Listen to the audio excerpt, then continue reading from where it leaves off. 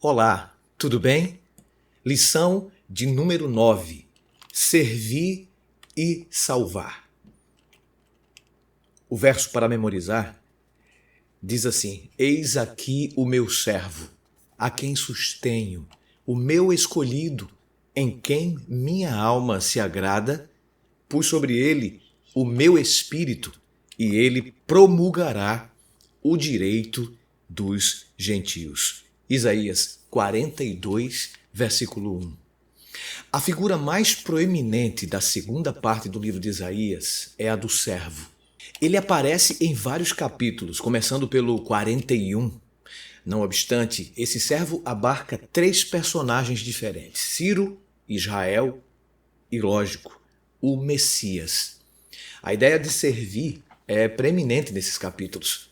Se é verdade que nos capítulos anteriores de Isaías a principal preocupação parece ser a continuidade de Judá em meio aos ataques das nações estrangeiras e também em suas tribulações e dúvidas internas, a segunda parte de Isaías acentua para Israel sua permanência como servo de Deus. Em outras palavras, a continuidade daquele povo dependia, por um lado, de sua contínua obediência a seu Deus e, por outro lado, resultava nessa obediência característica de um servo. É interessante notar que tanto Israel quanto Ciro são nominalmente chamados de servos, enquanto há uma figura fugidia, também chamada de servo, mas não é nomeada. Parece que, para além da clara intenção de distinguir os personagens, há também uma busca de contraste especial que acentua necessidade versus voluntariedade. Ciro nada mais sabia sobre servir ao Deus de Israel, mas ainda assim o serviu, aparentemente de maneira involuntária. Ao ser chamado por seu nome, novamente, parece haver quase um elemento determinístico inescapável, associado à relação de Deus com Ciro. A própria menção do nome de Ciro, centenas de anos antes de sua própria existência, afasta o elemento de determinação e predestinação, invocando a ideia de chamado e convite em vez de decreto.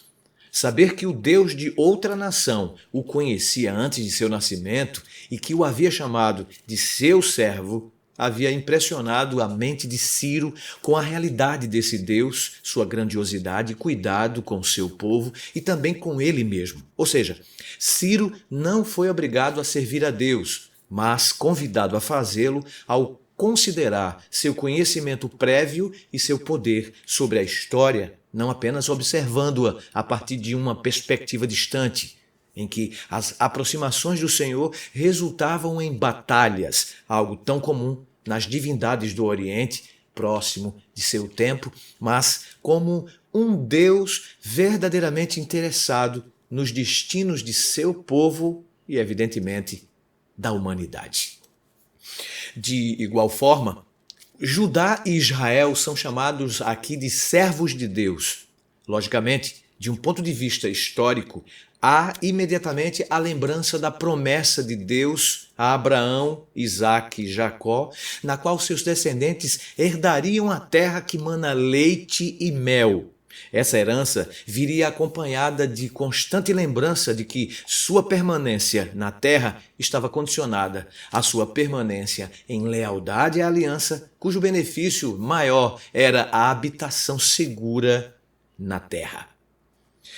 No contexto imediato do livro de Isaías, a ideia do servo aplicada a Judá e Israel serve como um reforço positivo por via de contraste. Judá e Israel haviam apostatado, haviam se corrompido a ponto de anular a aliança, de acordo com Isaías capítulo 1.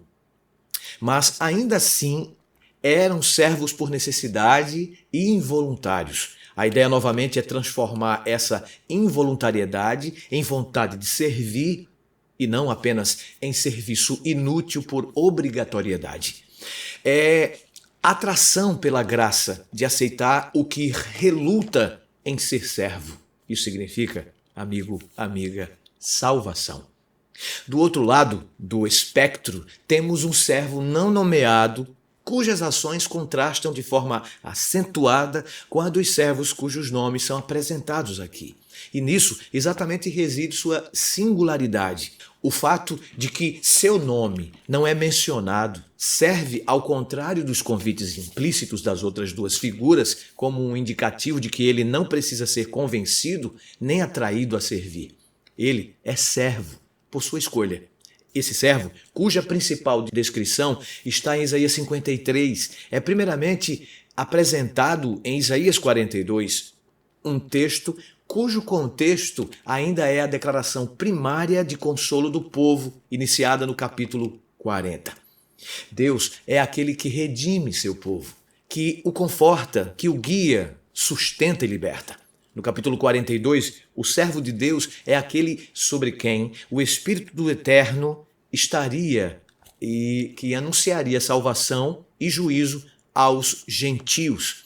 Em outras palavras, esse servo contrasta com Israel e Judá, cuja relação com os gentios seria de ocupação pelo exílio, sendo chamados das terras gentílicas. Esse servo seria luz para os gentios, abriria os olhos dos cegos, de acordo com a profecia, e anunciaria a doutrina de Deus às ilhas. Nós aqui vemos de forma explícita uma promessa de universalização da mensagem de aliança e de eleição apresentada na Bíblia hebraica. Não é possível, por mais que se tente, enxergar aqui Israel. De fato, esse servo é posto como conserto para o povo, o que necessariamente o torna uma figura independente e maior do que o próprio povo, a que ele seria dado como conserto.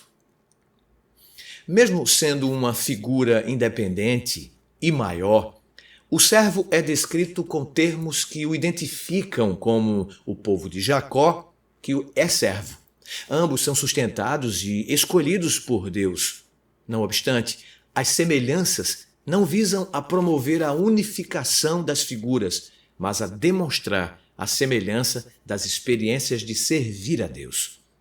Não há vantagem entre eles no que diz respeito às características da servidão e da dependência de Deus e de sua ação para que ambos pudessem ser servos. Jacó, por exemplo, apenas poderia ser servo de verdade se lembrasse de que era um bichinho e que era Deus que sustentava a sua própria vida. De igual maneira, o servo não nomeado somente poderia cumprir sua missão se o Espírito estivesse sobre ele e também estivesse disposto a se submeter ao Eterno. Ademais, há, como já apontamos nessa lição, diferenças essenciais. O servo de Isaías 42:6 é dado para aliança, ou berite no hebraico, aliança do povo, e luz das nações, goim. O contraste entre povo e nações é singular. Esse binômio aponta para a forma pela qual Deus vinha falando nos capítulos anteriores, colocando Judá e Israel como um povo de um lado e as nações julgadas do outro, como vimos na primeira parte desse livro. Pareceria, portanto, que o servo em Isaías 42 fosse uma figura de extensão da aliança primeiramente feita com Israel para as nações, levando a elas a luz desta aliança, a luz da berite.